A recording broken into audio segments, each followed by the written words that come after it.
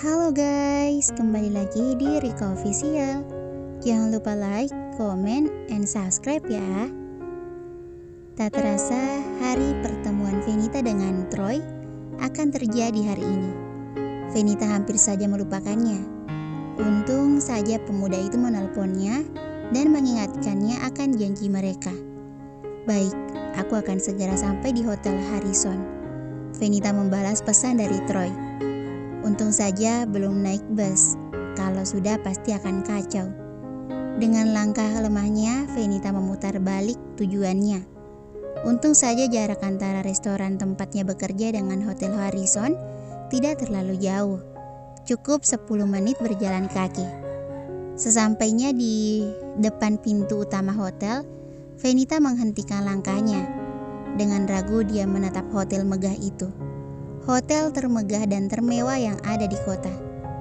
Keraguan Fenita beralasan. Dia tidak mau mengalami hal memalukan serupa saat dia di restoran beberapa hari yang lalu. Ditolak karena terlihat biasa dan lusuh. Ya, dilihat dari segi manapun, penampilan Fenita memang biasa saja. Meski banyak orang berpakaian kasual, tapi pakaian Fenita tidak datang dari brand desainer terkenal. Siapapun akan langsung mengetahuinya. Brrr, ponsel Fenita bergetar, menandakan adanya panggilan masuk.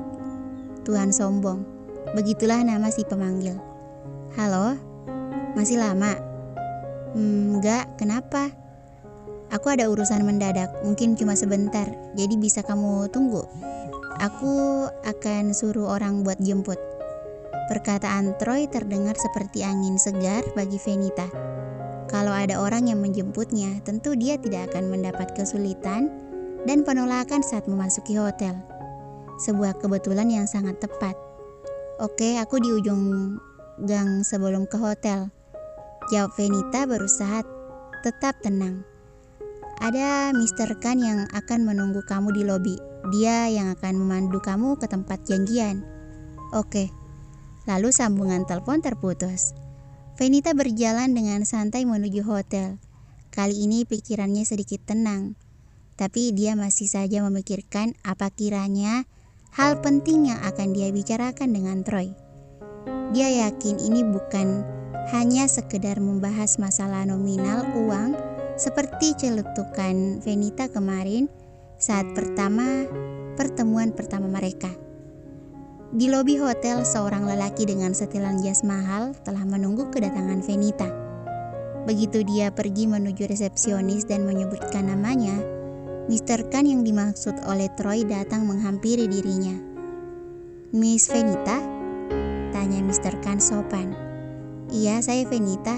Anda Mr. Khan? Itu saya. Mr. Khan membungkukkan badannya, penuh dengan sopan santun. Mari ikuti saya. Mr. Khan mempersilakan Fenita untuk mengikuti dirinya. Setelah memasuki lift, beliau menekan tombol angka 15. Itu tandanya mereka akan menuju lantai 15. Ada apakah yang menanti mereka di lantai 15? Begitu sampai di kamar yang dimaksudkan, Mr. Khan membukakan pintu dan mempersilakan Fenita masuk. Anehnya, Mr. Khan tidak ikut masuk dan tetap berdiri di depan pintu. Apakah Anda tidak ikut masuk? Tanya Fenita. Seulas senyum tergambar di wajah Mr. Khan. Tidak, saya akan menunggu Tuan Troy. Silakan nikmati waktu Anda. Begitu pintu tertutup, Fenita tidak bisa menyembunyikan rasa takjubnya. Ini pertama kalinya dia memasuki hotel mewah. Mengedarkan pandangan matanya, kamar itu tampak seperti kamar para pengusaha kaya di film-film yang pernah dia tonton. Tempat tidur ukuran king, meja kayu yang terlihat mahal dan mewah, belum lagi karpet bulu yang lembut. Oh ya, ditambah piano yang bertengger di sudut ruangan, menambah kesan romantis dan mewah secara bersamaan. Berjalan menuju jendela kaca yang tinggi, Fenita merasakan pengalaman lain yang begitu indah. Dari tempatnya berdiri, dia bisa melihat gemerlap lampu kota yang indah di malam hari. Ini benar-benar pengalaman yang tak terlupakan. Setelah puas mengelilingi kamar hotel itu, Fenita terasa tergelitik merasa tergelitik untuk mencoba tempat tidur. Terlihat sangat nyaman untuk ditiduri, dan sekonyong-konyongnya dia melemparkan dirinya sendiri ke tempat tidur. Begitu tubuhnya menyentuh tempat tidur, Fenita merasakan lembutnya permukaan kain spray. Tangan Fenita menjelajah setiap sudut tempat tidur dan merasakan kelembutannya. Oh iya, ini kan hotel mahal. Pantas kalau kualitas juga menjadi prioritas, kata Fenita serius. Dia tidak berani membayangkan berapa uang yang harus dikeluarkan untuk menginap semalam di kamar suite seperti ini. Jangan dibayangkan, karena pasti itu berkali lipat dari gaji bulanan yang dia terima. Jadi bisa dibilang ini adalah keberuntungan bagi orang biasa seperti dirinya. Troy langsung bergegas menuju atap hotel setelah mendengar penjelasan singkat dari seseorang yang menelponnya. Apalagi kalau bukan perihal Bella. Bahkan setelah 2 tahun perpisahan mereka, Troy masih berusaha mencari di mana keberadaan pujaan hatinya itu. Begitu sampai di atap, Troy langsung ke poin utama. Bagaimana perkembangannya? Kami secara tidak sengaja menangkap signal dari ponsel beliau. Lokasi terdeteksi di sekitar Inggris Utara. Bahkan sang informan juga tidak berbasa-basi. Inggris Utara, apakah Bella mempunyai keluarga di sana? Oke, lanjutkan pencarian kalian. Kalau ada kabar, segera hubungi. Kedua informan itu menganggukkan kepala dan segera mengundurkan diri. Tinggallah Troy di atap hotel seorang diri. Setelah mendapat secercah harapan, hati Troy terasa hangat dan ringan. Tidak sia-sia selama 2 tahun belakangan, dia terus mencari informasi tentang Bella. Dan kesabarannya membuahkan hasil sekarang. Tunggu Bella, aku pasti akan berada di sampingmu lagi. Batin Troy penuh semangat. Hampir saja Troy melupakan janjinya untuk bertemu dengan Fenita. Kalau saja dia tidak melihat Mr. Khan menunggunya di lobi. Sir, Anda kembali, sapa Mr. Khan saat melihat tuannya mendekat. Kenapa kamu masih di sini? Tanya Troy keheranan. Saya menunggu Anda kembali. Miss Fenita sudah menunggu di kamar sedari tadi. Fenita? Oh iya, tujuan dia berada di hotel kali ini adalah Fenita. Dia sudah membuat janji dan gadis itu beberapa waktu yang lalu. Dan bisa-bisanya dia melupakan janji itu setelah mendengar kabar tentang Bella. Saat melirik ke arah jam tangannya, waktu sudah menunjukkan pukul 9 malam. Sudah 2 jam berlalu dari waktu janjian mereka. Dan Troy mengutuk dirinya. Didampingi Mr. Khan, Troy berjalan menuju lantai 15 di mana Fenita berada. Dan sekali lagi Mr. Khan hanya mengantar sampai pintu saja. Betapa kagetnya Troy melihat pemandangan yang ada di depannya itu. Seorang gadis tengah tertidur pulas di tempat tidur.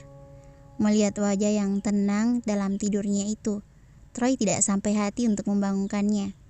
Dia tahu wajah itu pasti sudah mengalami hari yang melelahkan. Itu persis dengan wajah yang selalu dilihat dalam wajah ibunya.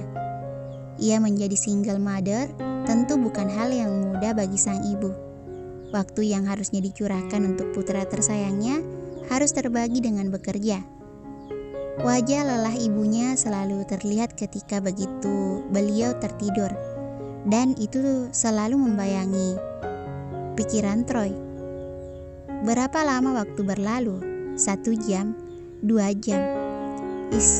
Dia mati atau pingsan? Kenapa nggak bangun-bangun? Troy mulai kesal karena gadis itu tak kunjung bangun. Tapi juga dia tidak tega membangunkannya. Melihat gadis itu tidur dengan tenang dan damai, Troy merasa iri. Bagaimana bisa orang tidur dengan begitu tenang? Apa dia tidak punya masalah yang mengganggu, bahkan sampai ke dalam mimpi? Sekonyong-konyongnya, Troy mendekati tempat tidur dan merebahkan dirinya. Hal yang tak terduga berikutnya adalah Troy merasa badannya tiba-tiba merasakan kelelahan yang amat sangat. Belum lagi rasa kantuk yang tiba-tiba menghampiri. Kapan terakhir kali dia merasakan kantuk seperti ini?